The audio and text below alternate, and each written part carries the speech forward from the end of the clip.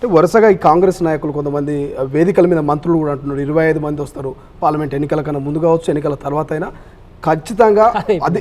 ప్రతిపక్ష హోదా లేకుండా చేస్తాము కల్వకుట్ల కుటుంబం మాత్రమే మిగులుతుంది బీఆర్ఎస్లో అంటే నేను ఏమంటున్నానంటే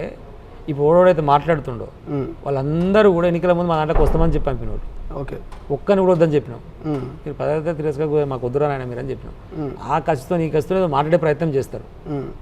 నేనేమంటున్నా 25 మంది వస్తున్నాను ఒకడు 20 మంది వస్తున్నాను ఒకరు టచ్లో ఉన్నారని ఒకడు ఓకే మరి మహేష్ రెడ్డి గారు ఏమంటుండు రేవంత్ రెడ్డి పోయి టచ్లోకి పోయి వచ్చిండు ఎన్నికల తర్వాత మన గవర్నమెంట్ విక్కర్ వాడే బీజేపీ చేరుతారు అంటుండు మరి దాన్ని ఏమందాం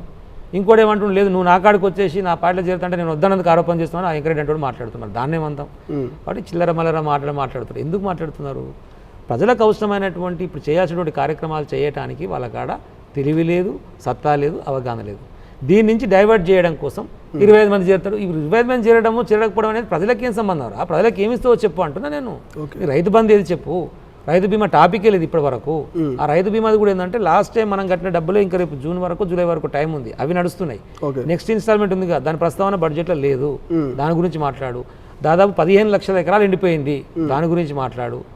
నీళ్ళు వస్తలేవు కరెంట్ వస్తలేదు దాని గురించి ఇవి మాట్లాడరు 25 మంది చేరుతారు ఇవి చెప్పురా అంటే గా మాట ఎందుకు మాట్లాడుతున్నావు జాతీయ హోదా తీసుకొస్తా చెప్పు దమ్ముంటే లేదు కేంద్రం నుంచి పై తీసుకొస్తా గది చెప్పు దమ్ముంటే అది కాదు నన్ను అరెస్ట్ చేయకు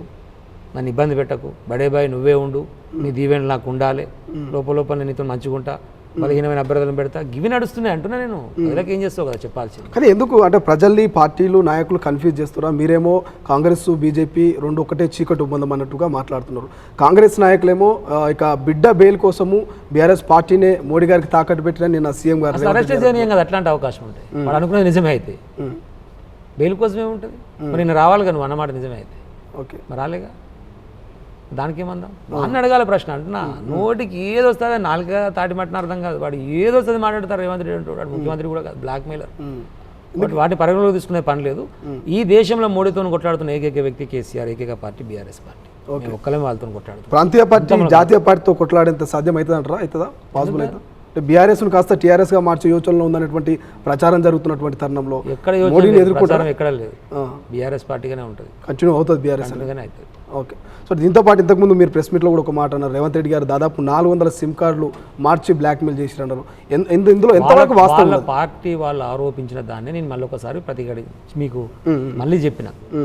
నా ఆరోపణ కాదు అది ఓకే అంటే తమలో వాళ్ళ పార్టీలో పనిచేసిన వాళ్ళు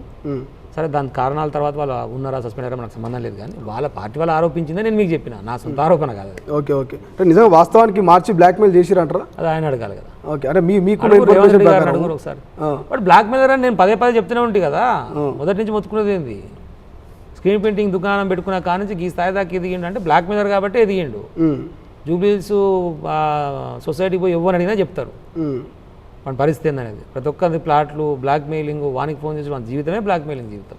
కాబట్టి నమ్మొచ్చు వాళ్ళ ఆరోపణలు ఏదైతే చేసిరో కాంగ్రెస్ పార్టీ వాళ్ళు అది వాస్తవం అయి ఉండొచ్చు అని చెప్పి నమ్మొచ్చు ఓకే ఈ ఫోన్ ట్యాపింగ్ గురించి ఏం చెప్తారు అసలు ఫోన్ ట్యాపింగ్ అనేది గత ప్రభుత్వంలో జరిగిందా ఇప్పుడు జరుగుతుందా అసలు జరుగుతూనే ఉందా అసలు ఫోన్ ట్యాపింగ్ చట్టం వెనకట వచ్చినప్పటి నుంచి గవర్నమెంట్ ఏర్పడినప్పటి నుంచి ఎప్పుడు కూడా ఫోన్ ట్యాపింగ్ నడుస్తూనే ఉంటుంది ఓకే ఏం నడుస్తుంది అది పోలీసు వారికి ఎంతవరకు అవసరమో టెర్రరిస్టులను కానీ లేకపోతే తీవ్రవాదులను కానీ ఇంకో రకంగా కానీ వాళ్ళకున్న అవసరాల కోసం గవర్నమెంట్ పర్మిషన్ తీసుకొని కొన్నిటికి కేంద్ర ప్రభుత్వ పర్మిషన్ తీసుకోవాలి కొన్నిటికి రాష్ట్ర ప్రభుత్వ పర్మిషన్ తీసుకోవాలి ఆ పర్మిషన్ తీసుకొని 24 గంటలు 48 గంటలు 72 గంటలు ఏదో ఉంటుంది దాని ప్రకారం పర్మిషన్లు తీసుకొని నడిపేటువంటి ఫోన్ ట్యాపింగ్ ఏ గవర్నమెంట్లో అయినా నడుస్తుంది లీగల్గా జరిగేటువంటి ఫోన్ ట్యాపింగ్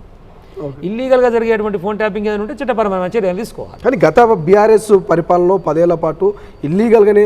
యొక్క ఫోన్ ట్యాపింగ్ జరిగింది సో అందులో ప్రధానంగా బీఆర్ఎస్ పార్టీ నాయకుల పాత్ర ఉన్నది వాళ్ళ పాత్ర లేకపోతే అధికారులు అంత సాహసం చేసి ఎట్లా చేస్తారు అనేది తీసినావు కదా బయటికి నువ్వే నీ దగ్గర నడుస్తుంది కదా నువ్వు అరెస్ట్ చేసినావు కదా వాళ్ళ దగ్గర నుంచి అది తీసుకొని చెప్తున్నావు కదా చెప్పి కదా మరి ఎవరు చేసిరు అనేది ఇల్లీగల్ ట్యాపింగ్ అనేది మాట్లాడాలి కదా నువ్వు ఒక్కరి గురించి మాట్లాడిపించిన వరకు ప్రెస్ మీట్ పెట్టిరా ఏదైనా ఇచ్చిరా బయట వరుస అరెస్టులు అయితే ఉన్నాయి చేసి ఎవరు తప్పు చేసి నేను అదే అంటున్నా ఇప్పుడు నేను అధికారంలో ఉన్నటువంటి పార్టీలో భాగస్వామి ఉన్నా బీఆర్ఎస్ పార్టీ అంటే రాష్ట్రంలో ఎవడు మర్డర్ చేసినా ఎవడు మానభంగం చేసినా బీఆర్ఎస్ పార్టీకి సంబంధం ఉంటుందా అట్లాంటి పొరపాటు ఎవడు చేసినా చట్టపరమైన చర్యలు తీసుకుంటారు అట్లే మర్డరు మానభంగం లేకనే ఫోన్ ట్యాపింగ్ ఇల్లీగల్ అవడం చేస్తే వాళ్ళ మీద చట్టపరమైన చర్యలు తీసుకుంటారు దానికి బీఆర్ఎస్ పార్టీకి సంబంధం ఉంటుంది కానీ వాళ్ళు ప్రధానంగా ఏమంటారు అంటే ప్రభుత్వం మీది మీ కనుసంఖ్యలోనే అధికారులంతా పనిచేస్తూ ఉంటారు అటువంటి ఇంత పెద్ద కూడా అధికారులు పనిచేస్తాను అనుకుంటున్నాను ఇప్పుడు జరిగేటువంటి అన్ని చర్యలకు నీ అధికారులు నువ్వు బాధ్యునివా ఓకే ఈ 100 రోజులలో జరిగినటువంటి ఏ చర్యకైనా అధికార బాధ్యత అవుతాడా? ఇప్పుడు నువ్వు చెప్తేనే చేస్తాను అనుకోవాలన్నా? ఇప్పుడు ఎక్కడో ఓ దగ్గర ఒక అమ్మాయి ఇలా పొద్దుగాల చూసిన ఏదో ఎస్ఐ అవినీతి ఏదో ఏసీబీకి దొరికింది. ఇప్పుడు రేవంత్ రెడ్డి చెప్పి రేవంత్ రెడ్డి చెప్తే అట్లా జరిగిందని అనుకోవాలన్నట్ట. లేకపోతే నీ అధికారి లంచం తీసుకుంటూ దొరికిండు అంటే ఇప్పుడు రేవంత్ రెడ్డి లంచం తీసుకున్నాను అనాలి నేను. ఓకే, అట్లా కాదు కదా. ఎవరు చర్యలు తీసుకుంటారో, ఎవరు చర్యలకు పాల్పడతారో దానికి బాధ్యత చర్యలు తీసుకోవాల్సిన బాధ్యత ఉంటుంది నీకు. ఆ చర్యలు నువ్వు తీసుకో, నువ్వే కదా గవర్నమెంట్ అంటున్నా. ఓకే.